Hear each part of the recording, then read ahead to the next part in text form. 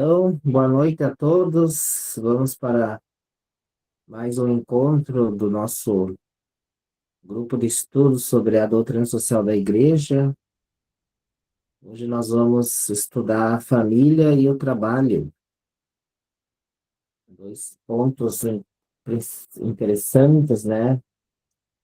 Daria para dizer principais da doutrina social da Igreja, porque a família é o núcleo da sociedade. Os que vão chegando depois podem se inserir no nosso estudo. Então vamos dar uma olhada, depois vocês podem também comentar, contribuir, o que vocês leram, o que acharam. Então, para quem tem o compêndio da doutrina social da igreja, na página 129, e nós vamos começar no número 209 em diante. Então, a família, capítulo 5º do compêndio da doutrina social da igreja. Então, a família é chamada de célula vital da sociedade. Então, a família é aquele núcleo, né, que faz com que a sociedade possa crescer e prosperar. A família é a primeira sociedade natural. Por que a família é a primeira sociedade? O número 209 do compêndio nos relembra que no livro do Gênesis, Eva é criada semelhante a Adão, como aquela que na sua alteridade o completa, para formar com ele uma só carne. A palavra alteridade significa outro. E aqui, então, Eva é representada como aquela que completa Adão. Ela não é simplesmente uma auxiliar, mas ela também é alguém que vai complementar, né? Que é parte importante. Ambos estão empenhados na tarefa da procriação, que faz deles colaboradores do Criador. Sede fecundos e multiplicai-vos, enchei a terra. Família, lugar primeiro da humanização da pessoa e da sociedade, e berço da vida e do amor. Então, Adão e Eva, o homem e a mulher, são chamados a gerar filhos, né, a colaborar com a criação, sendo co-criadores, nessa missão de ser fecundos, multiplicar e encher a terra. E é lugar de humanização, em que na relação com os outros nos tornamos mais humanos, mais capazes de amar, de servir, de se doar. Então, vamos continuar. A importância da família para a pessoa. Neste berço da vida e do amor, o homem nasce e cresce. Então, a família é chamada desde o seu íntimo à comunhão com os outros e a doação aos outros. Como foi falado anteriormente, a família é o lugar do amor, é o lugar do crescimento, da comunhão, da doação. São palavras bonitas, né? Mas a vivência, às vezes, não é fácil, né? Às vezes não é fácil viver, né, numa família, porque além do amor também há as divergências, às vezes é necessário superar os conflitos com o perdão, às vezes é necessário a gente, né, para poder conviver, nós temos que ter a tolerância, né, se abrir aos outros, não querer que a nossa opinião seja sempre aquela que vai prevalecer. Na família são inculcados desde os primeiros anos de vida os valores morais. Transmite-se o patrimônio espiritual da comunidade religiosa e a cultura da nação.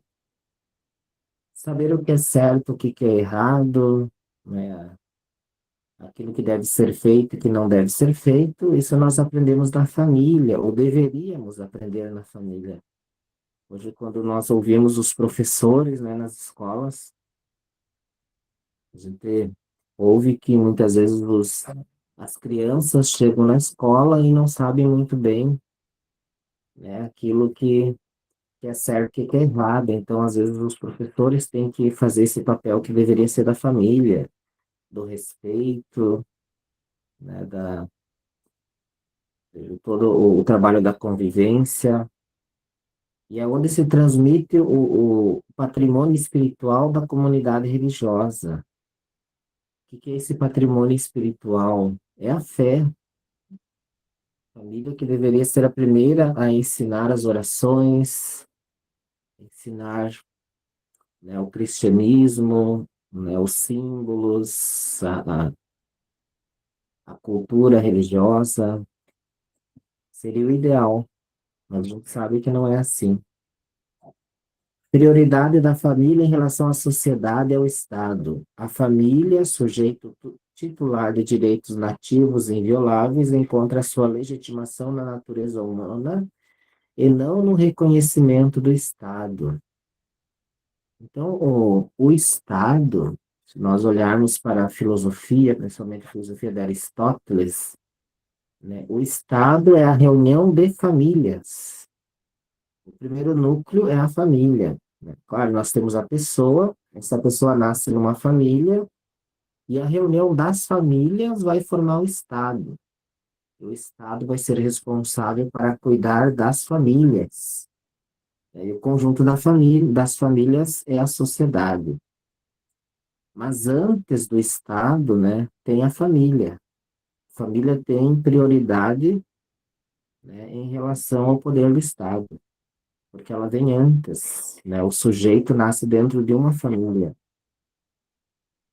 Então, a família é onde nós encontramos nossos direitos invioláveis por sermos, né, participantes da natureza humana. Essa natureza humana que acontece dentro de uma família. O matrimônio é o fundamento da família. O valor do matrimônio. A família tem o seu fundamento na livre vontade dos cônjuges de unir-se em matrimônio, no respeito dos significados e dos valores próprios deste instituto, que não depende do homem, mas do próprio Deus. Quando se diz aqui que o matrimônio depende de Deus, nós vemos e relembramos aquilo que está escrito no livro do Gênesis, quando Deus cria o ser humano, o homem e a mulher, dizendo que eles vão se unir e ser uma só carne. E depois esse mandato de crescer e multiplicar e povoar a terra. Então, a família é um desejo de Deus. E é dentro da família que vai nascer, né, os filhos, né, os continuadores do patrimônio cultural da humanidade. E lá também vai ser uma escola de convivência, de amor, de respeito. O matrimônio tem como traços característicos a totalidade em força da qual os cônjuges se doam reciprocamente em todas as componentes da pessoa física e espiritual. As características do matrimônio é a unidade. Então, quando existe o laço matrimonial, eles formam uma só carne, o homem e a mulher, agora são uma só pessoa. Quando eu realizo o sacramento do matrimônio, eu reafirmo, né, essa posição da igreja, da uma só carne, mas eu também reflito que não significa que devam pensar da mesma forma, né? É uma só carne, mas não precisam e não devem pensar do mesmo jeito. Devem ser, né, os dois, um deve colaborar com o outro nos pontos de vista, né? Inclusive porque tem histórias diferentes. A unidade, né, é esse é esse amor, né, que faz com que os dois sejam uma só carne, mas não, não suprime a diferença que existe entre os dois, né, de pensamento, de história, de cultura. A indissolubilidade também é uma característica do matrimônio. Ser indissolúvel significa que o matrimônio é para sempre, porque o matrimônio é um símbolo da união de Cristo com a igreja. E como a união de Cristo com a igreja é para sempre, né? Cristo nunca abandonará a sua igreja, então o matrimônio também é para sempre. E quando ele acontece de forma plena, com consciência, vontade e liberdade, né, não existe então essa dissolução. Quando a igreja hoje fala sobre a nulidade matrimonial, em que depois de casados as pessoas procuram a nulidade, elas estão, na verdade, procurando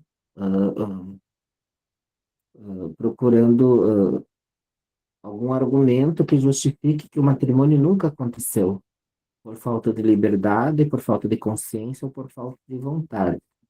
Mas se o matrimônio aconteceu de fato, ele não pode ser mais desfeito, né? Então, a indissolubilidade significa que o matrimônio é para sempre. A fidelidade, aqui nos fala desta relação do homem e da mulher, que deve ser, né, de fidelidade, um ser fiel ao outro, de coração e de prática.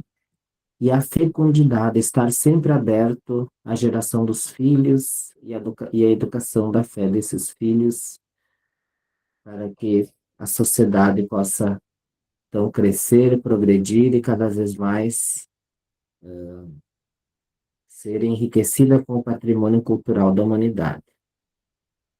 Sacramento do matrimônio. A realidade humana e originária do matrimônio é vivida pelos batizados por instituição de Cristo na forma sobrenatural do sacramento, sinal e instrumento de graça.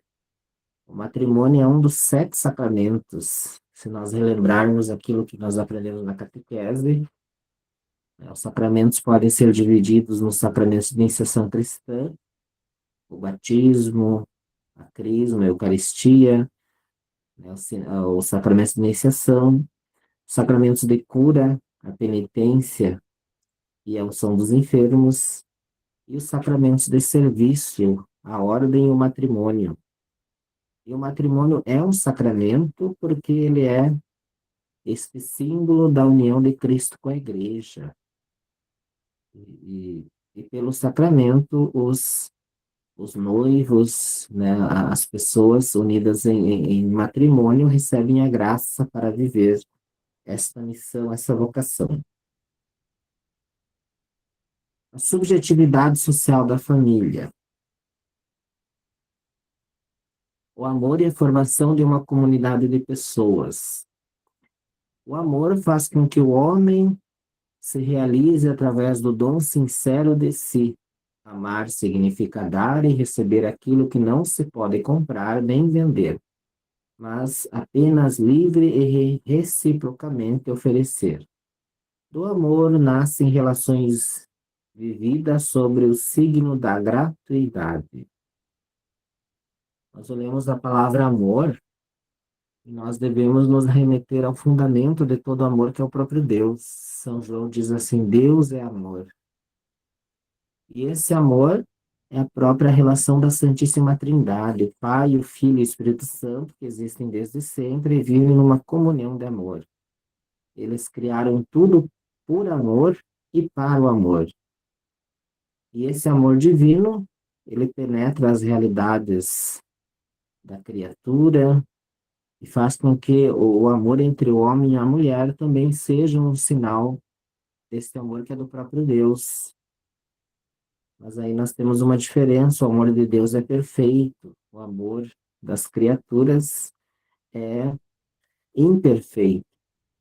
E esse amor imperfeito, ele deve crescer e se fortalecer, né? Porque caso contrário, ele pode inclusive ser extinto, né? Se ele não for alimentado, ele pode se apagar, ele pode enfraquecer, porque é um amor humano. Enquanto o amor de Deus é perfeito, o amor humano, né, ele é frágil. Então, ele deve ser enriquecido pelo esforço humano e pela graça de Deus, né? Desse Deus que é amor. A família é o santuário da vida. O amor conjugal é, por sua natureza, aberta ao acolhimento da vida. Esse Deus, que é Pai, Filho e Espírito Santo, que é amor, dizia os teólogos ali na Idade Média, principalmente da linha dos franciscanos, São Boaventura, dizia que esse amor, esse Deus que é amor, não se contendo em si mesmo, ele se transborda e ele cria, né, o mundo pelo transbordamento do seu amor, porque o amor não se contém em si mesmo, ele é sempre transbordante, é para fora. Assim também o amor entre o homem e a mulher, né, ele deve transbordar para que haja um terceiro, né, o filho, os filhos, como resultado desta relação de amor entre duas pessoas que se uniram no matrimônio. E estes filhos que vão nascer dessa relação, eles também vão receber este amor, né, como resultado desta relação que já era uma relação de amor entre o homem e a mulher. A tarefa educativa. A família constitui efetivamente uma comunidade de amor e de solidariedade, insubstituível para o ensino e a transmissão dos valores culturais, éticos, sociais, espirituais e religiosos, essenciais para o desenvolvimento e bem-estar de seus próprios membros e da sociedade. Os filhos que vêm ao mundo, eles, então, precisam ser educados, e a família é a principal responsável por essa educação que deve acontecer através do amor, mas esse amor também significa limites, né? Significa mostrar o que é certo e o que é errado, mas sempre com o desejo de que a criança possa, né, progredir e crescer. Esta educação, né, ela nunca deve ser o resultado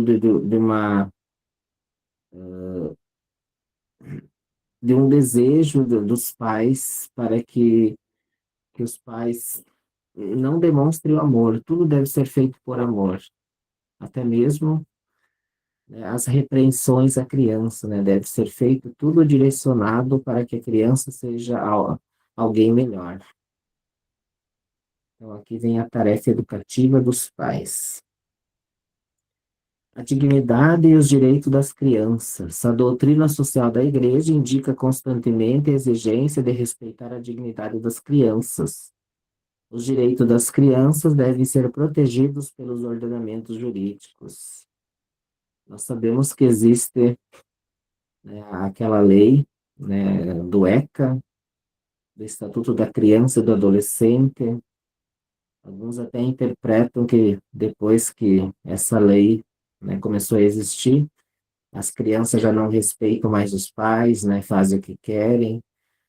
Mas não é assim que nós devemos interpretar. A gente deve interpretar que a criança também precisa de leis que a protejam. E a educação vai acontecer segundo o amor e segundo também, né, a vontade dos pais das crianças crescerem. Por isso, né, tudo aquilo que faz com que a criança seja uma pessoa melhor também precisa estar dentro de uma lei do ordenamento jurídico, porque se os pais ultrapassarem essas leis, eles podem ser punidos. Se eles exagerarem nesse tratamento com as crianças, fazendo com que elas, né, acabem sofrendo e sejam até espancadas, né, sofram violência. A família é protagonista da vida social. Solidariedade familiar. A subjetividade social das famílias, tanto singularmente tomadas como associadas, exprime-se, ademais, com múltiplas manifestações de solidariedade e de partilha, não somente entre as próprias famílias, como também mediante várias formas de participação na vida social e política.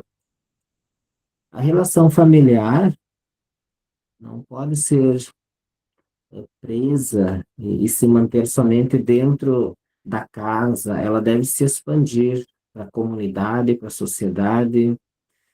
Aquilo que se aprende na família é para ser vivido na sociedade. Então, esta solidariedade familiar, né, que se aprende nessa relação com o outro dentro da casa, é a solidariedade que nós devemos viver na sociedade. Então, esta solidariedade familiar nos leva à solidariedade, né, na comunidade mais ampla. A família, a vida econômica e trabalho. A relação que intercorre entre a família e a vida econômica é particularmente significativa. Por uma parte, com efeito, a economia nasceu do trabalho doméstico. A casa foi por longo tempo e ainda, em muitos lugares, continua a ser unidade de produção e centro de vida. A palavra economia, ela é resultado de, de duas palavras gregas. A primeira é oikos, que significa casa, e nomos significa lei. Então, a palavra economia significa lei da casa. Então, a ciência da economia surge já dessa administração familiar. A família que administra os seus bens, seus recursos. Então, por isso aqui que diz que a economia nasceu do trabalho doméstico. O dinamismo da vida econômica, por outra parte, se desenvolve com a iniciativa das pessoas e se realiza segundo círculos concêntricos em redes, cada vez mais vastas de produção e de troca de bens e de serviços que envolvem em medidas crescentes as famílias. Se nós pensarmos na macroeconomia, né, na relação dos bens, produtos circulando dentro de um país, dentro do próprio mundo, são também relações em que as famílias vão produzindo e vão se apropriando desses bens. Então, o Papa Francisco e outros papas nos falam que o centro da economia é o ser humano, não podemos dissociar a economia da, da dignidade humana. Por isso, pensamos a economia aqui como uma relação entre famílias. As famílias produzem, as famílias também se apropriam desses bens produzidos. Uma relação absolutamente particular liga a família e o trabalho. O trabalho é essencial enquanto representa a condição que torna possível a fundação de uma família, cujos meios de subsistência se obtêm mediante o trabalho. O trabalho condiciona também o processo de crescimento das pessoas, pois uma família vítima do desemprego corre o risco de não realizar plenamente as suas finalidades. Pelo trabalho, nós vamos olhar depois, um dos temas é o trabalho, né? Pelo trabalho, a família vai angariar recursos para a sua subsistência. E, ao mesmo tempo, ela vai fazer um serviço para a sociedade, né? Vai se colocar à disposição com seus dons, né? Com suas qualidades, para que o resultado do seu trabalho sirva para o bem comum. Mas ela é também uma forma da família obter o sustento. E a família desempregada tem, então, esta agonia de não saber de onde vai tirar a subsistência. Para tutelar esta relação essencial entre família e trabalho, um elemento a estimar e salvaguardar é o salário família, ou seja, um salário suficiente para manter e fazer viver dignamente a família.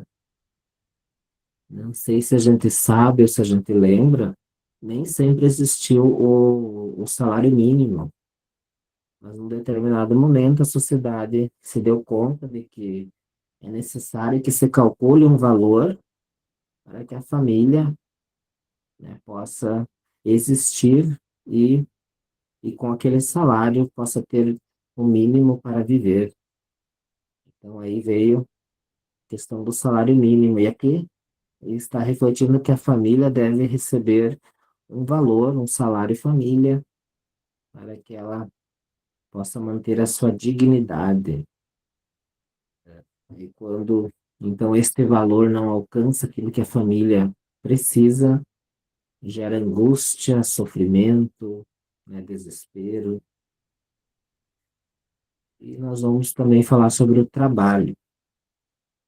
Mas, por enquanto, ficando aqui sobre a família, temos algo a mais que a gente queira destacar. Vocês têm o texto em casa, né? Alguns já leram alguma parte.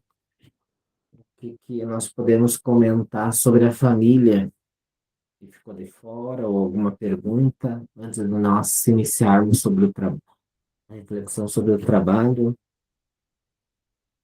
Vocês conseguiram ler os números sobre a família? Alguém quer comentar alguma coisa?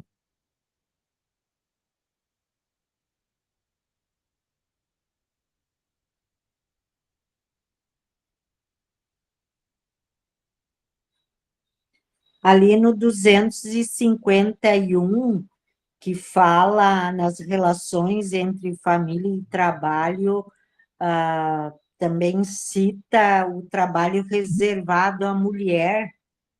Não sei se de repente você queria fazer alguma colocação. Sim, é interessante. Naquele documento sobre o trabalho do Leão 13, né, da Rerum Novarum, o primeiro documento da doutrina social da Igreja, ele, ele refletia que naquela época a exploração do trabalho era tanto que o homem, a mulher e a criança, né, tinham que ir para a fábrica trabalhar. E o Papa Leão 13 refletia que tem, tem certos tipos de trabalho que não são próprios para as mulheres. Talvez a gente possa até refletir sobre isso, né? Porque ele dizia assim que tem trabalhos que os homens devem exercer e tem trabalhos que as mulheres devem exercer. E outra coisa também que aparece na doutrina social da igreja é que o trabalho não deveria tirar da mulher esta relação com as crianças. Seria, né, uma missão da mulher de cuidar dos seus filhos, mas isso não exime, né, não tira a responsabilidade também dos homens de cuidar das crianças, mas ele se preocupa também com a mulher, né, em relação aos seus filhos, né, que nascem. Não sei se vocês querem refletir sobre isso, porque a gente sabe que depois dos anos 60, anos 50, 60, a mulher saiu de casa e foi trabalhar, né? E isso ajudou no bem-estar da família. E hoje até a gente diz que não existe trabalho que a mulher não possa exercer. Inclusive, eu tenho uma prima que trabalha como pedreira. Ela, ela trabalha com tijolo e constrói casa e tudo. E que vocês gostariam de refletir sobre a relação da mulher com o trabalho? Querem falar alguma coisa? Porque ela daí ela tem dupla jornada, ela tem o trabalho, ela se tornou independente, ela tem um trabalho, mas daí quando ela chega em casa, ela, pelo menos que a gente vê assim, a maioria, né, toma conta da casa, dos filhos, e, né, não, É essa realidade que muitas vezes a gente vive. Me lembrei que fala também que a mulher deveria receber o mesmo salário dos homens, mas não é isso que acontece, né? Às vezes ela recebe menos, faz o mesmo serviço, às vezes melhor que o homem, e recebe menos. O que mais podemos comentar sobre a relação da mulher e o trabalho? Eu queria falar uma coisinha, Paty. Eu entendo que essa conquista, nós olhar só o ponto de vista da organização das mulheres no mundo, né, que foi uma grande vitória a partir de toda a história.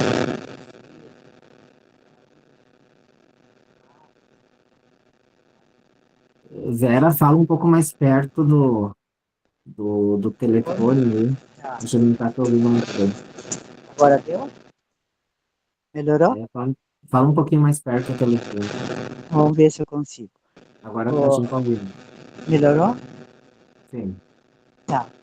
Eu entendo assim, ó, padre, que esses documentos da igreja escreveu,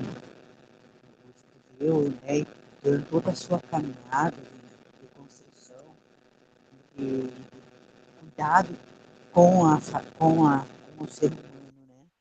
Ela, ela desafia, com certeza, uma parcela muito significativa da nossa igreja, né? Da igreja católica, ou até mesmo da igreja evangélica, até mesmo não, também da igreja evangélica. Não porque é da igreja católica ou porque é da igreja evangélica, porque são seres humanos, né? Que têm os seus conceitos e têm os seus princípios. E a história da mulher, ela ficou, teve que fazer muito esforço para estar hoje aonde e chegar aonde ela chegou, né? Bom, para a gente, só para exemplificar, além dessa questão da jornada, nem é dupla, é tripla, é quádrupla, né? Nós chegamos em casa, quando chegamos do trabalho, e eu entendo isso, como uma coisa legal, né? Uma coisa boa que a gente conquistou. É uma conquista estar trabalhando, sendo uma profissional em todas as áreas que assim ela escolher, né? Mas ela tem um elemento que me preocupa. Eu não sei se a gente vai passando muito pouco exemplos que eu me parece que a mãe mais em casa, estar em casa, me parece dar à mãe e à mulher o grande papel da educação, o grande papel do amor, do exercício do amor para as crianças. Não, não sou contrária absolutamente à ideia de que a mulher trabalhe. Pelo contrário, eu trabalhei a minha vida toda, né? Desde jovem e adolescente. Só que a gente perde muito da vida das crianças, quando eles chegam na adolescência, quando eles chegam nas questões que eles não resolvem, que eles têm dificuldades de responder. E a mãe, eu acho que é aquele grande colo, aquele grande guarda-chuva, que está, não uma proteção para que ele não adquira autonomia, que ele não seja protagonista, né? Que ele possa contribuir com a relação melhorada da própria família, que é a primeira organização social que todos nós temos, né? Mas a gente vê famílias em crise de toda a ordem, né? De violência, de pais violentando filhas, de mães abusando da autoridade, né? Mas uma relação muito autoritária, muito verticalizada. E a igreja traz esse debate. E eu acho que nós precisamos ser mais explícitos quando nós formos abordar essas questões nas nossas comunidades. As leituras que nos levam, a partir das escrituras, a refletir sobre isso, nos provoca. E eu acho que, eu acho, não tenho certeza, nos conduz a produzir essa tomada de consciência do papel da família, mas o papel também do pai e da mãe. A gente vê muito isso quando chega período de Dia das Mães, Dias dos Pais, a ausência, né, dessas personagens, desses personagens que são o pai e a mãe, na vida familiar, na vida familiar. E, surpreendentemente, a história dos casamentos, né, que é mais um sacramento que me parece que a humanidade trata com o menor valor, no discurso de que quem é bem casado é quem vive bem. Né? E eu entendo assim, sabe, que nós vivemos hoje, pessoal, refletindo sobre isso, que nós vivemos hoje uma grande crise de relação, uma grande crise de família, uma crise, não sei se por quais os fatores, se são econômicos, se são de atitudes, são de educação, de postura, de uma questão de compreensão de que significa estar vivendo em família, né? E eu, como professora, vivenciei muita ausência dos pais na vida da escola, na vida da igreja, na vida do lazer dos filhos, enfim. Nós precisamos refletir, os adultos, que família nós queremos colocar na sociedade, né? Dispor para a sociedade, organizar essa sociedade a partir de que tipo de família, né? Uma família que não participa, uma família que é ausente, uma família que não tem uma liga pela fé, pelo amor. Então, eu fico bastante feliz de ver os livros da igreja trazendo esse debate. E fico triste ao mesmo tempo de saber que até agora eu não sabia que a igreja trazia essa compreensão, né? Mas eu acho que ainda dá tempo, né? A humanidade ainda tem salvação.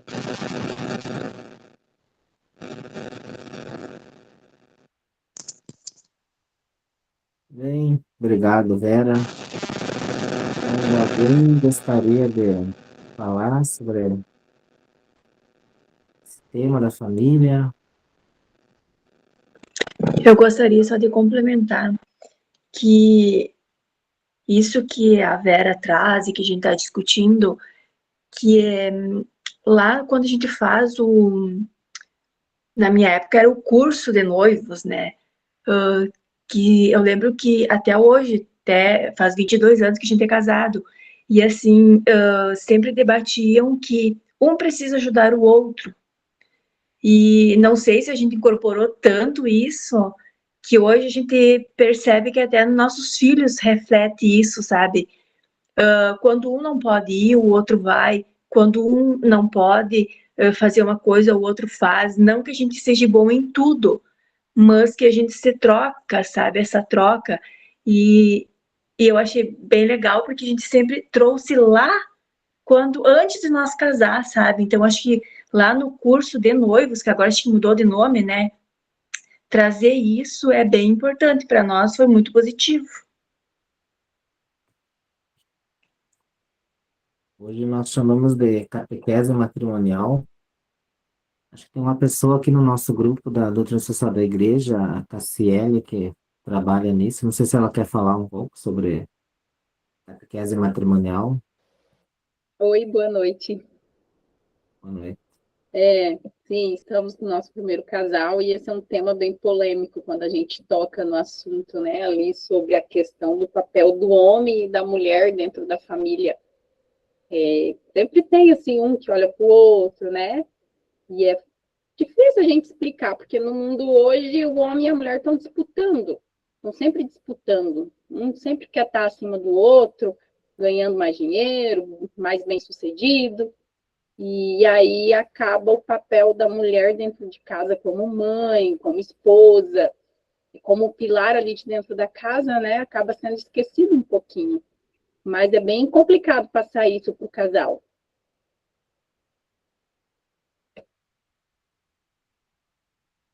Bem, obrigado.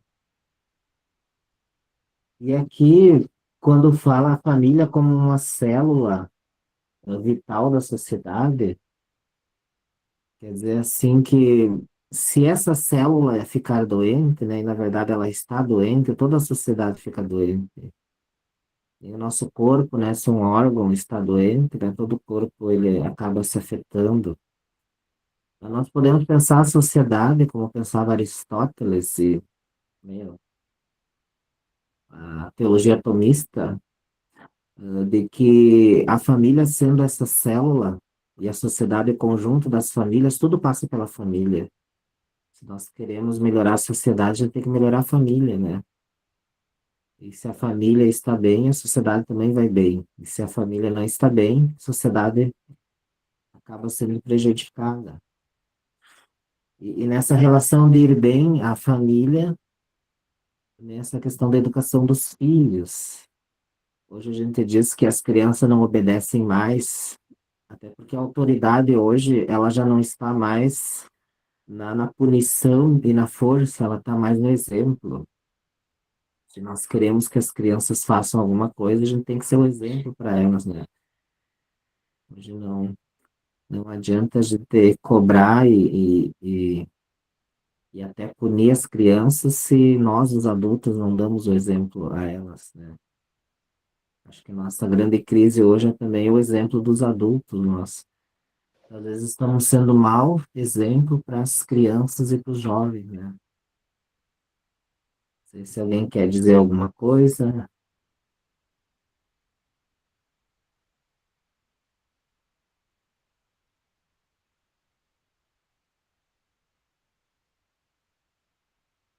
Vamos continuar? Continuamos. Agora nós vamos falar sobre o trabalho. Ver aqui a dimensão do trabalho na vida da família e na sociedade.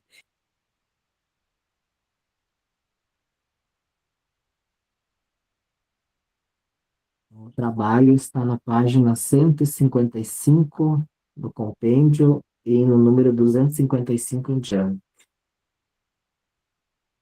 Aspectos bíblicos. A tarefa de submeter a terra. O Antigo Testamento apresenta Deus como Criador onipotente, que plasma o homem à sua imagem e o convida a cultivar a terra e aguardar o jardim do Éden que o pôs. Ao primeiro casal humano, Deus confia a tarefa de submeter a terra e de dominar sobre todo ser vivente. Então, o trabalho foi dado ao ser humano como uma missão de poder, então, submeter a terra. No Gênesis 2 vai dizer cultivar e guardar. O domínio do homem sobre os demais seres viventes não deve, todavia, ser despótico e destituído de bom senso. Pelo contrário, ele deve cultivar e guardar. Cultivar a terra significa não abandoná-la a si mesma, exercer o domínio sobre ela e guardá-la, assim como um rei sábio cuida do seu povo e um pastor da sua grei. Esse domínio é um domínio de serviço. Se nós olharmos as coisas, né, da natureza, a natureza por si mesma ela vai tomando forma e vai tomando conta. Cabe ao ser humano organizar, né, todo esta esta manifestação da vida. Então, o ser humano é aquele que vai plantar, vai colher, vai domesticar os animais, né, vai cultivar o jardim. Então, o ser humano é organizar aquilo que a natureza por si mesma vai se manifestando e pela sua própria força vai crescendo. Por exemplo, se a gente tiver um terreno e não cuidar, né, vira um matagal. Então, a gente tem que cortar a grama, tem que, né, organizar, que a natureza na sua vida, por si mesma, ela tem a sua própria força. O trabalho pertence à condição originária do homem e precede a sua queda, não é, portanto, nem punição nem maldição. Talvez a gente poderia compreender o trabalho como um castigo do pecado original, achando que antes de Adão e Eva comerem a tal da maçã, que não era maçã, né? As pessoas não precisavam trabalhar. Mas nesse mandato de Deus, que criou o ser humano à sua imagem e semelhança e pedindo que o ser humano crescesse e multiplicasse e dominasse a terra, que já temos a missão do trabalho, né, de produzir, de atuar sobre a terra. Então, ganhar o pão com o suor do rosto não é resultado, né, do castigo, mas faz parte da própria missão do ser humano sobre o mundo. Jesus, homem do trabalho. Na sua pregação, Jesus ensina a apreciar o trabalho. Ele mesmo se tornou semelhante a nós em tudo, passando a maior parte dos anos da vida sobre a terra junto de um banco de carpinteiro, dedicando-se ao trabalho manual na oficina de José, a quem estava submisso. Nós não conhecemos muito sobre a infância de Jesus, mas a gente sabe pela tradição que José era carpinteiro e provavelmente Jesus também aprendeu o ofício da carpintaria. Quando eu estava estudando Bíblia, né, o nosso professor Pedro Kramer nos ajudou a refletir que o termo bíblico que fala de carpinteiro, no grego teknike, não é simplesmente aquele que trabalha com madeira, mas é aquele que trabalha com todos os ofícios. Poderia trabalhar com a terra, né, um agricultor, poderia trabalhar em outros ofícios. Então, Jesus e José, provavelmente, muito mais do que carpinteiro, eles eram, né, pessoas que tinham vários ofícios, né?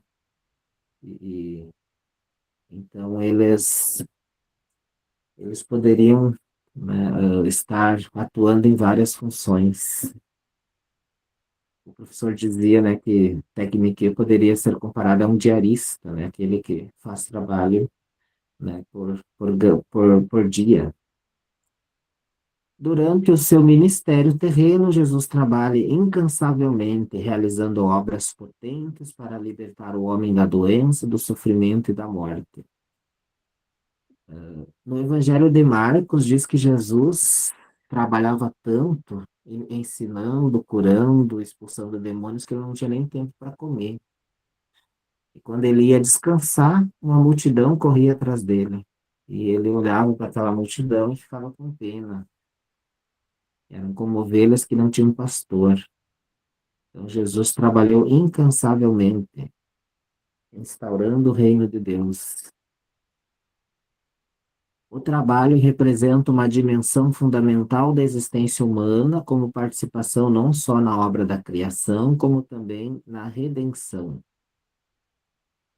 Nós, no mundo, temos a missão de lutar, né, para que o pecado, que já foi vencido por Cristo, seja por nós também vencidos, né, e o nosso trabalho no mundo é torná-lo melhor, através dos mandamentos, do seguimento de Jesus Cristo,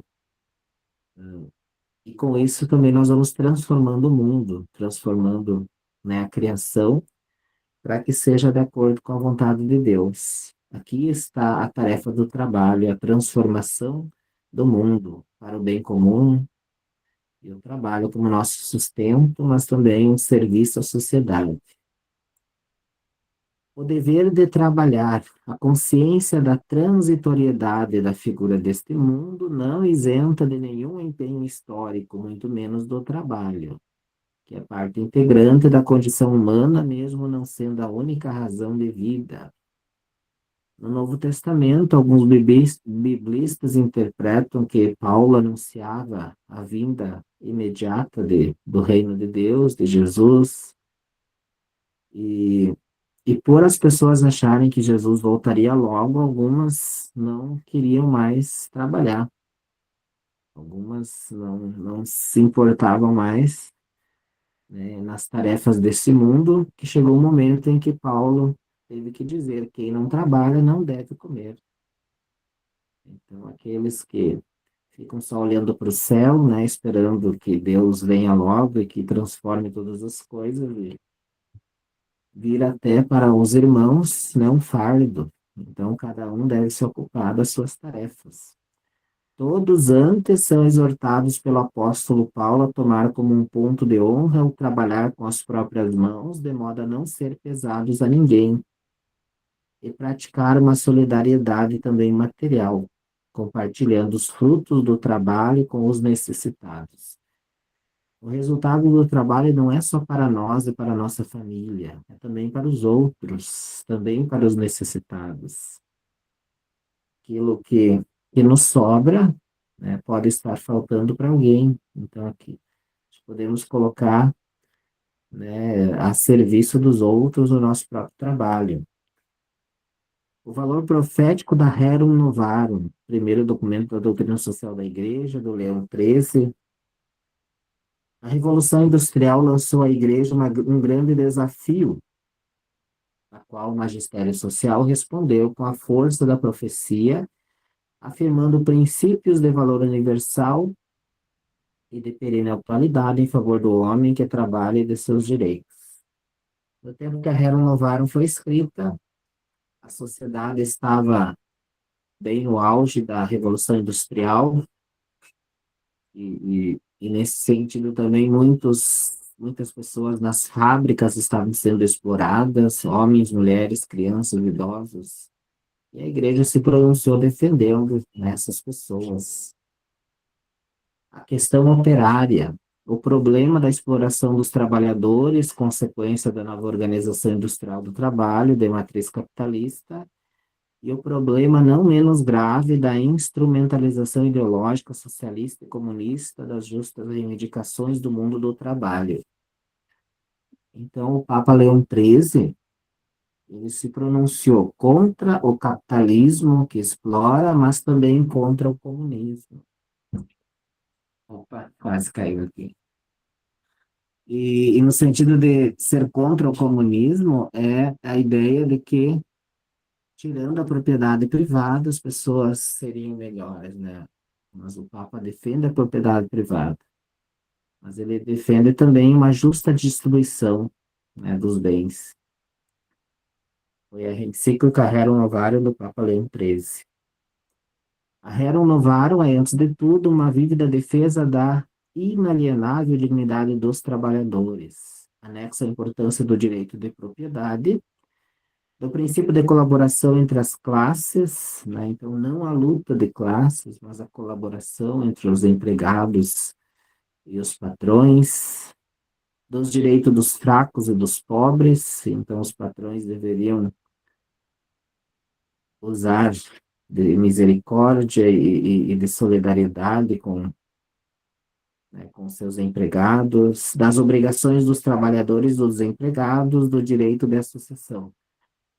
A Rerum Novarum foi um documento que ajudou a iniciar as cooperativas, né, para que os trabalhadores pudessem se associar e poderem depois também repartir os lucros. Os sindicatos também, o Leão XIII foi um forte defensor dos sindicatos. A encíclica Laborem Exercens, o trabalho com efeito, chave essencial de toda a questão social, condiciona o desenvolvimento não só econômico, mas também cultural e moral. Então, na Laborem Exercens, do Papa João Paulo II, diz que o trabalho é a chave da questão social. Se nós queremos melhorar a sociedade, a economia, nós temos que fazer com que as pessoas tenham um trabalho digno e que elas sejam recompensadas, retribuídas por esse trabalho, e assim a sociedade vai progredir. A dignidade do trabalho, a dimensão subjetiva e objetiva do trabalho. O trabalho humano tem uma dúplice dimensão, objetiva e subjetiva. Em sentido objetivo, o conjunto de atividades, recursos, instrumentos e técnicas de que o homem se serve para produzir, para dominar a terra. Sentido subjetivo, o agir do homem pode ser dinâmico, capaz de levar a cabo várias ações que que pertencem ao processo do trabalho e que correspondem à sua vocação pessoal. Então, pela dimensão objetiva do trabalho, o ser humano transforma o mundo. Pela relação subjetiva do trabalho, pela dimensão subjetiva, o ser humano se transforma a si mesmo. No trabalho, ele desenvolve as suas potencialidades. E ele também aprende, cresce. Então, o trabalho transforma o mundo e, ao mesmo tempo, ele transforma aquele que está trabalhando, tornando também uma pessoa melhor, porque ele desenvolve as suas potencialidades.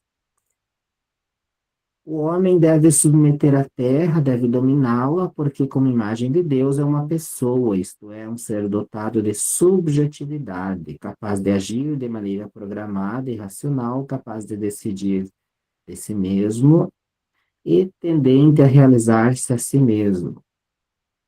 Sendo imagem e semelhança de Deus, o ser humano foi criado livre, responsável, racional, criativo, e tudo isso ele pode exercer no trabalho. Pelo trabalho, o ser humano vai, pelos seus dons, suas potencialidades, vai transformando o mundo e vai usando dos seus dons. Como uma pessoa que encontrou o seu trabalho, assim,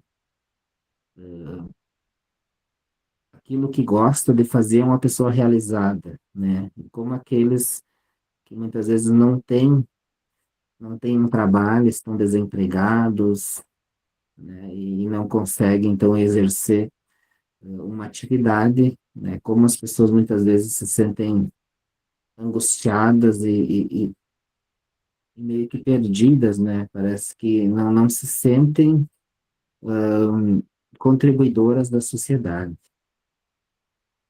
A subjetividade confere ao trabalho a sua peculiar dignidade, que impele de considerá-lo como uma simples mercadoria, um elemento impessoal da organização produtiva. O trabalho, independentemente do seu menor ou maior valor objetivo, é a expressão essencial da pessoa, é atus personae, é a ação da pessoa, sua finalidade mais nobre e profundamente humana. Então, pelo trabalho, a pessoa vai se desenvolvendo, vai se sentindo útil. O trabalho humano possui também uma intrínseca dimensão social. O trabalho de um homem, com efeito, se entrelaça naturalmente com o de outros homens. Hoje, mais do que nunca, trabalhar é um trabalhar com os outros, e um trabalhar para os outros. Torna-se cada vez mais um fazer qualquer coisa para alguém. Alguém que está trabalhando e produz algo, ele vai produzir para a sociedade. E aquilo que é resultado do seu trabalho vai servir para que outros possam, usufruir, vai também fazer a sociedade progredir. Vamos pensar o ofício de um mecânico, Talvez o mecânico tenha o seu próprio carro, ele poderia, consertar o seu carro, mas ele não faz só isso.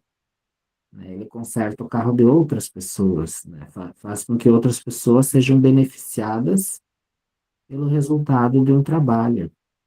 É claro que ele vai ser recompensado, vai ganhar um valor, um salário para manter a sua família, mas ele também está contribuindo com a sociedade. A sociedade precisa daquele ofício. E assim também outras profissões. As relações entre trabalho e capital. O trabalho, pelo seu caráter subjetivo ou pessoal, é superior a todo e qualquer outro fator de produção. Este princípio vale em particular no que tange ao capital. Então, pelo trabalho se gera, né, recursos, né, que podem ser guardados ou podem ser distribuídos, mas essa relação entre capital e trabalho, ela tem, em alguns casos, prioridade ao trabalho e, em outros casos, uma prioridade ao capital. Mas a doutrina social da Igreja nos diz que tanto capital quanto trabalho são importantes e eles não devem ser dissociados. A doutrina social tem enfrentado as relações entre trabalho e capital, salientando seja a prioridade do primeiro sobre o segundo, seja a sua complementariedade. De nada vale o capital sem o trabalho, nem o trabalho sem o capital. De nada vale ter o trabalhador se não tem o, o lugar para trabalhar, né? E também de nada vale ter um lugar para trabalhar se não tem o trabalhador. Então, isso é complementar. Então, em outro sentido aqui, significa assim, ó, tanto o patrão quanto o empregado são importantes. O empregado sem lugar para trabalhar, né, tem uma grande dificuldade. Agora, um patrão que não consegue contratar também, né, sente dificuldade. Trabalho, título de participação. A relação entre trabalho e capital se expressa também através da participação dos trabalhadores na propriedade, na gestão e dos seus frutos. Aqui está a reflexão de que os trabalhadores, né, que geram de fato lucro e toda a renda, né, e todo o capital, eles precisam ser remunerados dignamente e, inclusive, ter parte, né, nesse resultado que é do seu trabalho, participação, né, na propriedade, na gestão e nos frutos do seu trabalho. Relação entre trabalho e propriedade privada. O magistério social da Igreja articula a relação entre trabalho e capital também em relação ao Instituto da Propriedade Privada, ao respectivo direito e ao seu uso. O direito à propriedade privada subordina-se ao princípio da destinação universal dos bens e não deve constituir motivo de impedimento ao trabalho e ao crescimento do trem.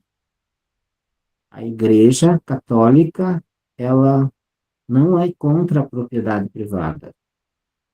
Por isso, ela critica, né, alguma visão socialista, comunista, né, de que a propriedade privada, né, seja tirada das pessoas. Mas essa propriedade privada, ela está subordinada à destinação universal dos bens. Então, em relação ao bem comum, a propriedade privada pode ser relativizada. Se aquele que detém a propriedade privada impede que outras pessoas, né, possam ter o básico e a dignidade para viver. Isso nós falamos no último encontro. O repouso festivo. Deus repousou de toda a obra que fizera, né, no sétimo dia, no sábado. Também os homens criados de sua imagem devem gozar de suficiente repouso e tempo livre que lhes permita cuidar da vida familiar, cultural, social e religiosa. Então, esse repouso de Deus no sétimo dia, no sábado, é a justificativa também do repouso do ser humano do trabalho. Nós temos alguns pensadores que falam que nós vivemos na sociedade do cansaço. As pessoas estão extremamente cansadas, né? Eles acordam cansados, né? E passam o dia inteiro cansados, porque eles não conseguem mais repousar, não conseguem mais descansar. E quando eles estão descansando, eles se sentem culpados, porque deveriam estar produzindo, porque nessa sociedade competitiva, né? Parece que descansar é perder essa corrida, mas o descanso é algo necessário, é até uma lei de Deus, né? Nós devemos descansar, como Deus descansou no sétimo dia, temos que ter também o nosso momento de descanso. A nossa biologia, né, ela não consegue, né, este ritmo de atividade que nós temos hoje. Por isso, muitas pessoas adoecendo. Hoje nós temos o fenômeno do burnout, né, que as pessoas acabam, né, o seu corpo e a sua mente acabam sendo afetados pelo excesso de trabalho. As autoridades públicas têm o dever de vigiar para que não se subtraia aos cidadãos, por motivo de produtividade econômica, o tempo destinado ao repouso e ao culto divino. Então, aqui diz que as autoridades deveriam, né, cuidar para que existissem leis e para que o ser humano pudesse descansar.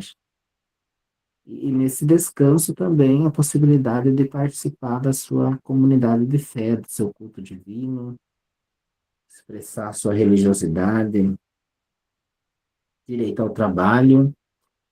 O trabalho é necessário para formar e manter uma família, para ter direito à propriedade, para contribuir para o bem comum da família humana, induz a igreja a qualificar o desemprego como uma verdadeira calamidade social, sobretudo em relação às gerações jovens. Se o trabalho é tão importante, o desemprego é uma calamidade. A pessoa não tem mais de onde tirar os recursos para sobrevivência, seu desenvolvimento. A manutenção do emprego depende cada vez mais das capacidades profissionais. Aqui nos fala que o Estado, a sociedade, deve ajudar as pessoas a se qualificar, né, a aprender, a estar apto para os desafios da atualidade.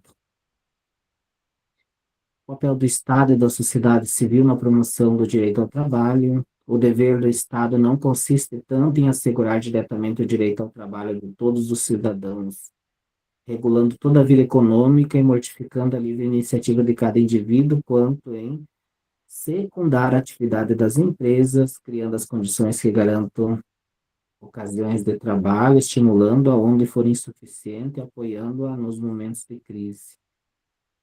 Aqui é uma posição da igreja a favor também do certo liberalismo econômico, né, que o Estado ele deve atuar, mas ele também deve abrir espaço para que a iniciativa privada, né, e as empresas possam fazer o seu papel. Mas ele não é contra a ação e a atuação do Estado. Para a promoção do direito ao trabalho, é importante hoje, como nos tempos da Rerum Novarum, que haja um processo livre de auto-organização da sociedade. Numerosas iniciativas empresariais e sociais, caracterizadas por formas de participação, de cooperação, de autogestão, que revelam a fusão das energias solidárias. As iniciativas do chamado terceiro setor constituem uma oportunidade sempre mais relevante de desenvolvimento do trabalho e da economia. A família e o direito ao trabalho. O trabalho é fundamental, sobre o qual se edifica a vida familiar, que é um direito fundamental e uma vocação do homem. Ele assegura os meios de subsistência e garante o processo educativo dos filhos. Pelo trabalho, as pessoas, pelo seu esforço, conseguem recursos para manter a sua família e viver com dignidade. O pendularismo, a dupla jornada de trabalho e a fadiga física e psicológica reduzem o tempo dedicado à vida familiar. As situações de desemprego têm repercussões materiais e espirituais sobre as famílias, assim como as tensões e as crises familiares influem negativamente sobre as atitudes e sobre o rendimento no campo do trabalho. Aqui essa dupla jornada muitas vezes acontece porque o salário não é suficiente, então as pessoas precisam ter mais um emprego, né, ou talvez um terceiro emprego para poder se manter. Nesse sentido, vão se afastando da família, né, as crianças vão crescendo sem a presença dos pais, ou mesmo a situação de desemprego gera desespero na família, que não tem de onde tirar os recursos, né, para uma vida digna. E também a crise financeira pode gerar uma briga entre o casal, né? Muitas separações às vezes acontecem por crise financeira. As mulheres, o direito ao trabalho, isso já estava conversando antes, né? Mas aqui no 295, ele fala um pouco daquilo que a gente comentava. O gênero feminino é necessário em todas as expressões da vida social. Por isso, deve ser garantida a presença das mulheres também no âmbito do trabalho. Deve levar em conta a dignidade e a vocação da mulher, cuja verdadeira promoção exige que o trabalho seja estruturado de tal maneira que ela não se veja obrigada a pagar a própria promoção, com o ter de abandonar a sua especificidade e com o detrimento da sua família, na qual ela, como mãe, tem um papel insubstituível. Então, o trabalho não deve afastar a mãe, né, dos filhos. Também, lembrando que os pais são, o pai, né, a gente falou da mãe, mas o pai também é responsável pela criança. Como é que a gente pode pensar leis e instituições legais para que o pai também tenha tempo com a criança, né?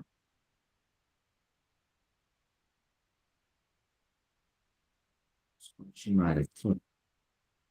Trabalho infantil. O trabalho infantil, nas suas formas intoleráveis, constitui um tipo de violência menos evidente do que outros, mas nem por isso menos terrível. Eis a advertência de Leão XIII. Quanto aos infantes, quer dizer, as crianças, cuide-se não os admitir nas oficinas antes da idade de tenha desenvolvido suficientemente as forças físicas, intelectuais e morais. Penso que deve, desde criança, ensinar, né, quando as crianças são pequenas, ensinar as tarefas de casa, ajudar, isso não tem nenhum problema. Mas agora uma criança trabalhando por um salário, né, daí já é outra questão, né? E, e aqui também tem outras coisas mais complexas para a gente pensar. Aqui fala da imigração, vou passar um pouquinho mais rápido porque a gente avançou no tempo. Que se diz para não explorar os imigrantes, a gente pensa que talvez porque é de outro país, hoje a gente vive, né, nessa relação entre somente a imigração dos angolanos, né, dos venezuelanos, dos haitianos, e alguns têm a tentação talvez de explorá-los, né, já que não são daqui do país, então vamos explorá-los, não vamos pagar aquilo que a gente paga para um brasileiro, né. Então a igreja nos proíbe de fazer isso, né, porque eles têm dignidade e não devem ser explorados porque eles não são do país. E o trabalho agrícola, o direito, né, ao trabalho. Uma particular atenção merece o trabalho agrícola pelo papel social, cultural e econômico que detém os sistemas econômicos de muitos países, pelos numerosos problemas que deve enfrentar no contexto de uma economia cada vez mais globalizada, pela sua crescente importância na salvaguarda do ambiente natural. Né? Valorizar os trabalhadores da agricultura, e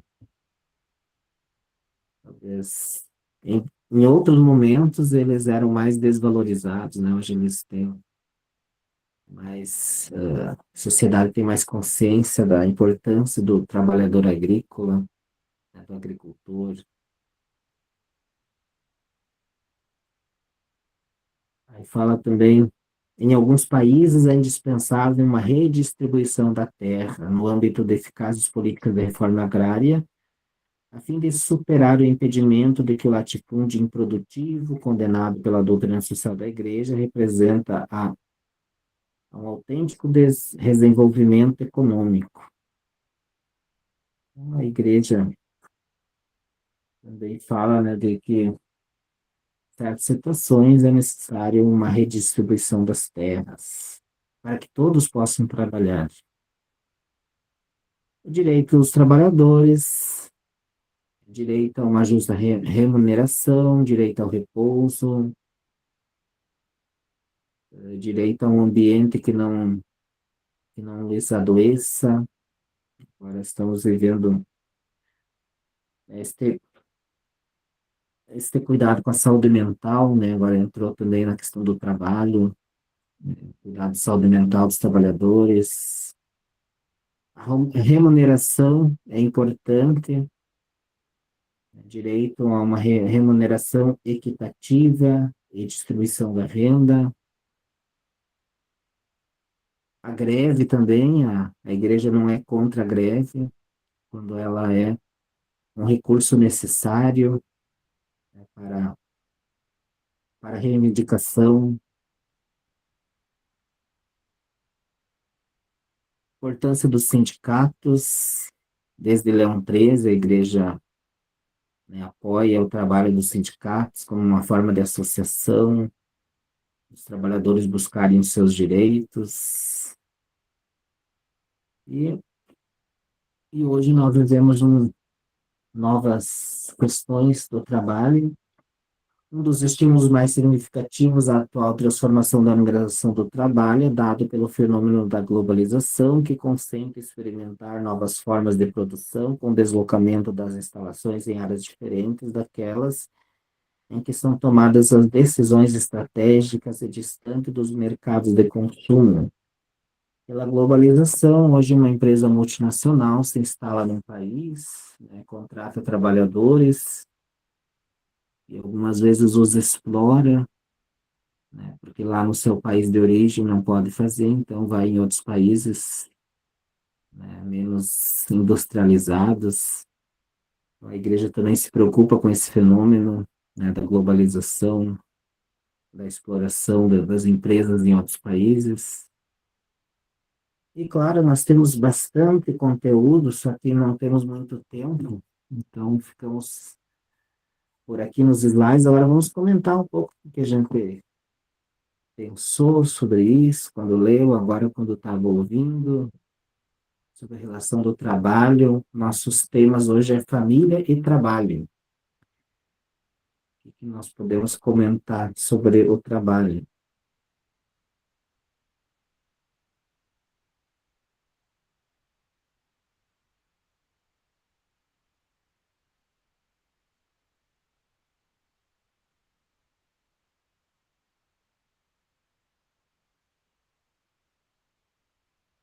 Quem gostaria de falar? Boa noite. Boa noite, João Pedro. Então, acho que no debate anterior ali, gente, essa questão da relação família, acho que está muito bem encaminhado, foi muito bem a discussão. Eu trabalho aí na comunidade com a catequese da iniciação, né, e com adultos, algumas coisas, né, preparações aí na catequese para o batismo e tal. E acho que essa reflexão, ela vem bem dentro desse momento, inclusive, que a gente está vivendo aqui. Hoje eu tive um encontro ali, então, realmente essa questão foi bem colocada aqui. Acho que a igreja tem uma posição bastante firme sobre essa questão, né, do mundo, da relação família, relação comunhão,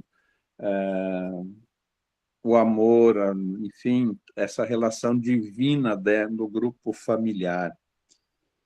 Eu gostaria de tecer algumas coisas aqui, e claro que daí, né, a gente sabe que esse tempo aqui é um tempo bastante curto para a gente poder entrar em umas questões maiores, mas todos os documentos da igreja, desde da Renovar, né, a doutrina social da igreja, ela trabalha na lógica de que o mundo vive, ou seja, a maior parte da sociedade mundial, ela está sobre um sistema, um modelo de organização social que é o sistema capitalista, né? Então, a igreja ela não se posiciona contra o sistema, defende, mas tenta ajustar um modelo de organização social, né, do qual a maioria do mundo, o universo todo está colocado, né?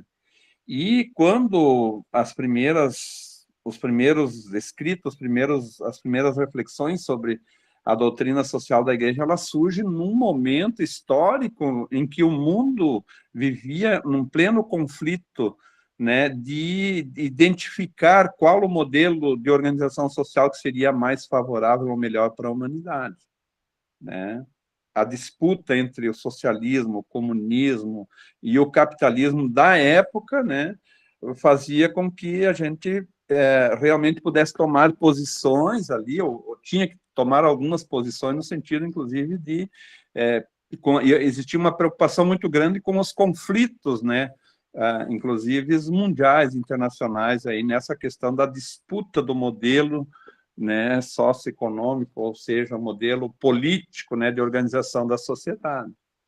Então, a igreja se posiciona nesse sentido, e até hoje a nossa igreja, a Igreja Católica, ela toma posições no sentido de defender o modelo de organização que nós temos hoje, que é o sistema capitalista. Talvez o que a gente precisa agora retomar, quem sabe, Eliseu e a comunidade aqui, de repente, no momento, a gente com um pouco mais de tempo aí discutir, será que esse modelo do qual nós fizemos parte, ele ainda é o modelo que nós precisamos defender?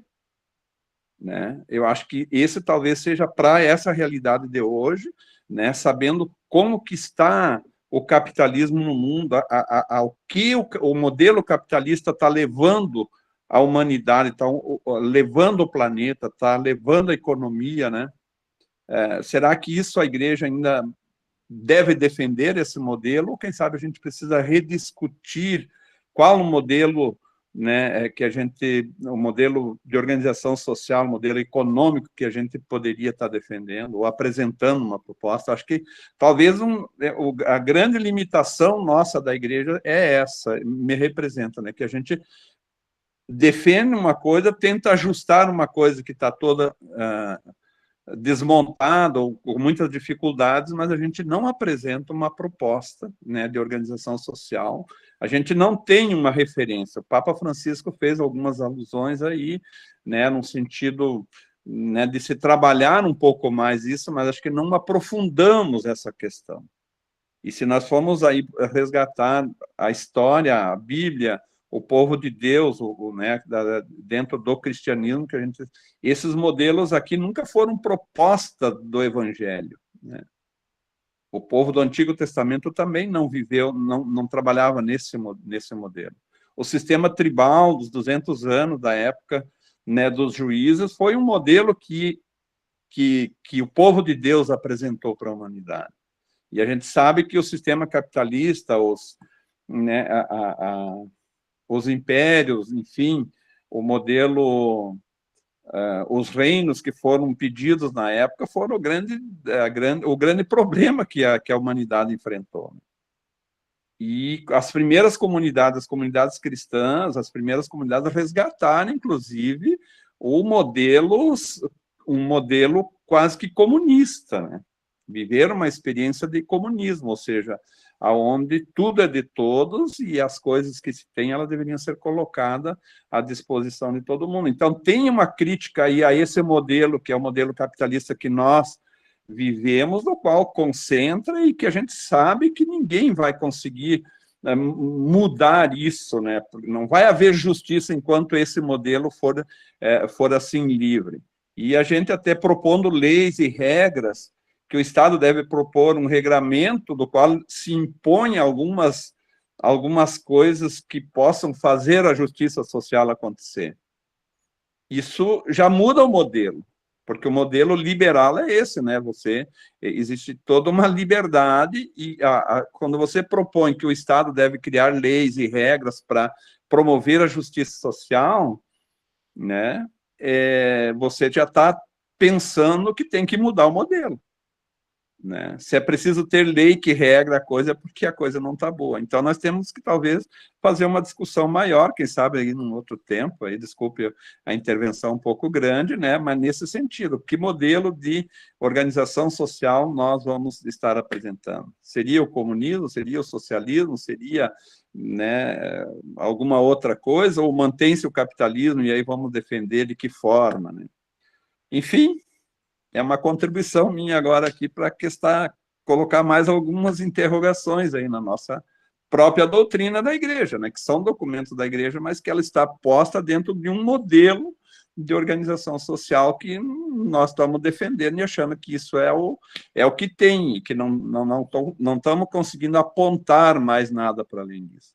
Eu, particularmente, não acredito, né, que a relação patrão-empregado ela seja necessária. Não acredito que haverá justiça enquanto houver a liberdade da concentração do capital em detrimento do trabalho, né? E é isso que nós estamos vendo. A concentração do capital é que deteriora, né, o mundo do trabalho. E as injustiças vão acontecendo por causa disso. E hoje, cada vez mais, a gente está percebendo que o liberalismo, a concentração de renda, ela está cada vez maior e, consequentemente, criando exclusões em grandes quantidades, né, cada vez mais. Enfim, talvez a gente tenha que reunir mais um dia ou dois aí para fazer uma reflexão sobre isso.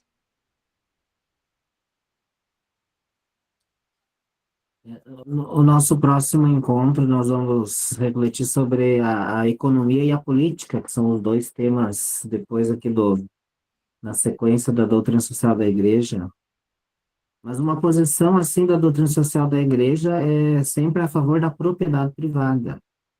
Mas ela também fala, ao mesmo tempo, a distribuição de renda, né? Então, ela pega aquilo que é próprio do capitalismo, a propriedade privada, e aquilo que seria, né, uma posição do socialismo, a distribuição de renda, e ela tenta juntar as duas coisas, mas ela não propõe nenhum modelo econômico. Mas o Papa Francisco é um grande crítico do neoliberalismo.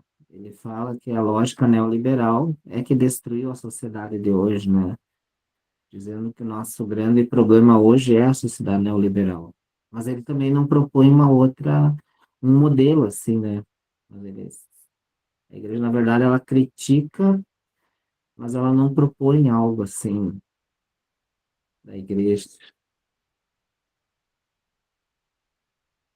Alguém mais sobre o trabalho? O que acharam? Essa questão do descanso aí, será que a nossa sociedade hoje está propondo descanso ou está nos incentivando cada vez a trabalhar mais, né? A escala 7x7? A gente fica com a vontade de ficar falando, né, João Pedro? Porque é um tema muito, muito provocador.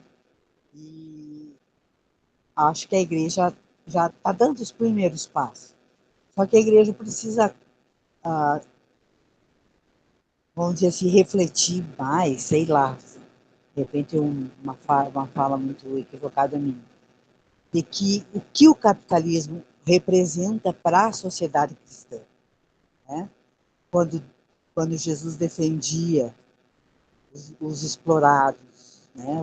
Os que colocavam o seu trabalho a serviço do reino e da luxúria dos ricos e dos nobres, né? Então, será que hoje a nossa sociedade ela não continua se colocando por essa via num outro momento, num outro século, numa outra realidade, mas que não é diferente do que a época em que o trabalho era explorado pelo capital, né? O capital, quem tinha o capital na mão eram os reis, os poderosos, e o trabalhador, aquele que prestava serviço, e pior, serviço escravo, né?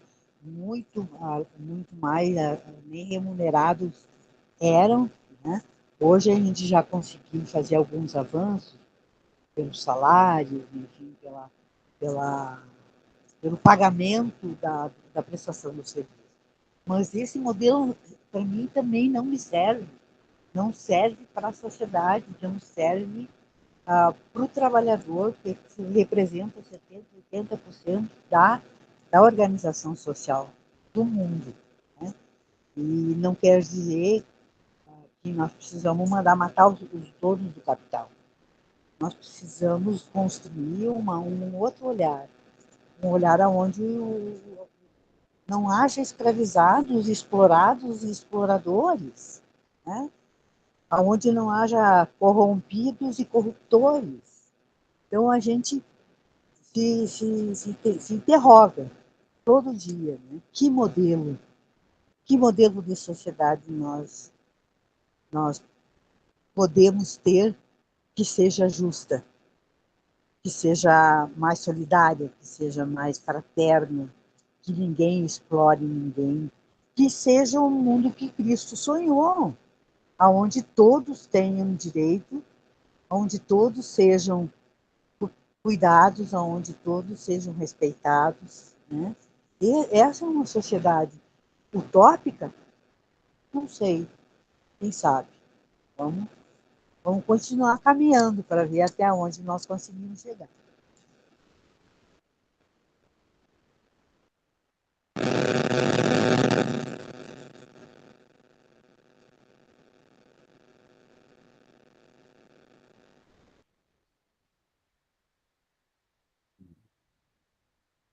Mais alguém sobre o trabalho, a família?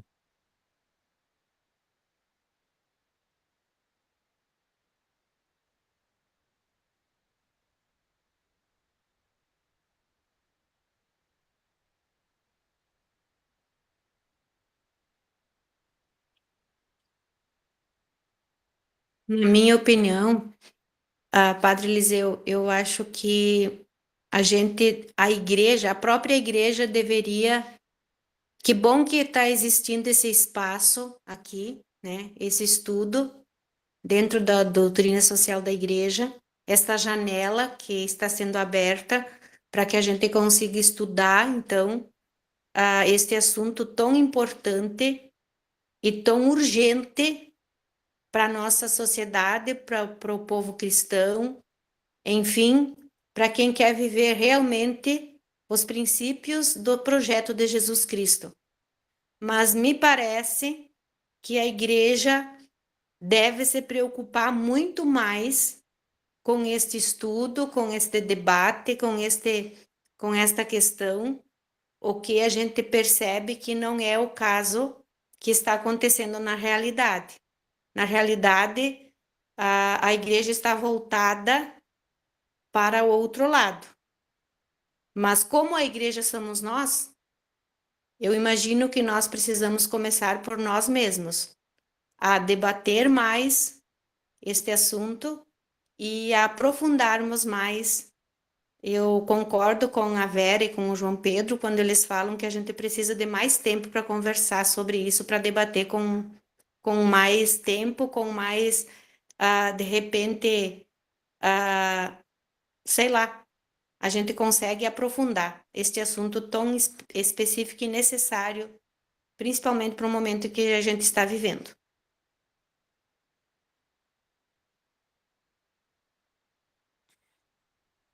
E como é pouco tempo, né? Se vocês olharem o material, eu pulei vários pontos ali que talvez alguns achariam mais importante ter refletido. Mas como vocês têm o material também, e se não tem livro físico, tem na internet, dá para juntar grupos assim nas suas cidades, né? E estudar, formar pequenos grupos para estudar a doutrina social da igreja. Porque falando a partir da doutrina social da igreja, a gente não pode ser repreendido. Porque a gente vai dizer assim, isso não é a minha ideia, mas é a igreja que defende. Então, se eu defendo aquilo que a igreja defende, eu não posso ser, né, chamada de radical, de outros nomes que se diz por aí, né? Então, se a gente conhecer o pensamento da igreja e, e conseguir se justificar, né? Então, porque nós temos crescendo dentro também da nossa Igreja Católica, alguns que pensam que a igreja deve salvar almas e deve se preocupar só com coisas espirituais, né? Não deve se preocupar com o mundo. A gente sabe que a própria igreja defende, né, essa reflexão sobre esta ordem do mundo, né, que já é o reino de Deus iniciando no meio de nós. Mas, de fato, é pouco tempo mesmo para a gente refletir sobre isso.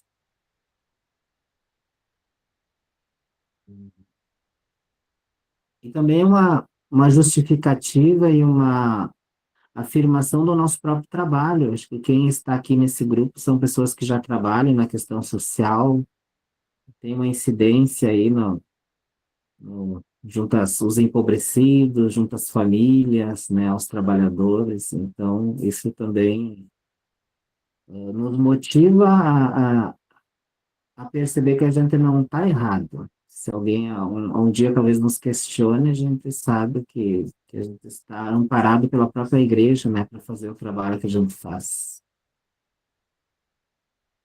Muito bem, já fomos 1h40, podemos encerrar agora? Mais alguém queria falar? Podemos deixar mais uma fala para alguém, uma ou duas falas, se alguém gostaria de falar, antes da gente encerrar?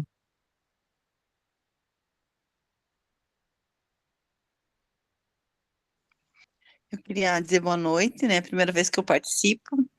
Acabei não lendo o texto, mas eu acho que é louvável, né, que a igreja venha trazer, né, para os pequenos grupos, por mais que, né, eu acho que os católicos, enfim, os membros de toda a igreja deveriam se apropriar, né, desses temas e defendê-los principalmente, né, mas que bom que temos pequenos grupos que estão discutindo isso, né, eu acho que é importante refletir sobre tudo isso, a questão da família, do trabalho, do descanso, né, que de certa forma, né, Deus também fez esse momento após a criação, então, considerando isso, né, também nós temos que ter esse direito, enquanto trabalhadores, enquanto seres humanos, mas a gente, né, na fala da pessoa que me antecedeu,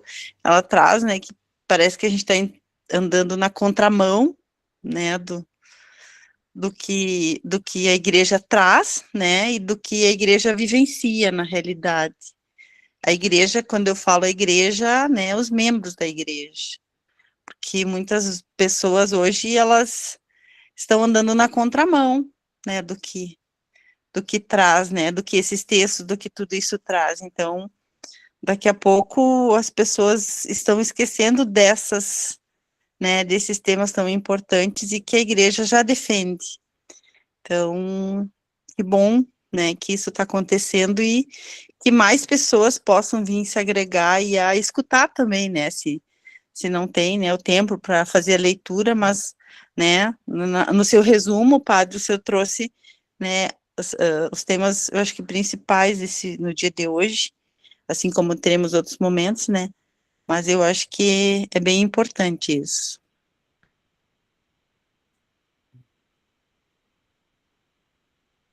Então, seja bem-vinda, Alessandra, primeira vez participando, né? Então, o próximo tema vai ser a economia e a política na doutrina social da igreja. Quem tem o livro é na sequência do tema do trabalho e da família, e quem não tem pode pegar na internet e ler a posição da igreja sobre a economia e a política. Nos últimos encontros, nós vamos pegar alguns textos do Papa Francisco e agora nós já temos o do Papa Leão, que é uma atualização da doutrina social da igreja, porque o compêndio, ele, ele é ainda do tempo do João Paulo II. Então, algumas questões atuais, né, e pensamentos atuais da igreja, ele não tem. Ele é de 2004. A gente sabe que o Papa Francisco, ele ele entrou em alguns temas assim, e tem algumas posições, né, que a doutrina social da igreja, né, teve uma grande relevância para o Papa Francisco. Então, encerramos esse dia, agradecendo a Deus por mais uma semana, pedindo que Ele nos abençoe no nosso trabalho, nossa missão, e nos apropriando daquilo que é o pensamento da igreja, a gente também pode servir melhor e ajudar os irmãos a caminhar nessa direção do reino de Deus proposto por Jesus. Que Deus nos abençoe, em nome do Pai, do Filho e do Espírito Santo. Amém. Então tá, boa semana, bom domingo. Obrigada, igualmente. Muito bem participado.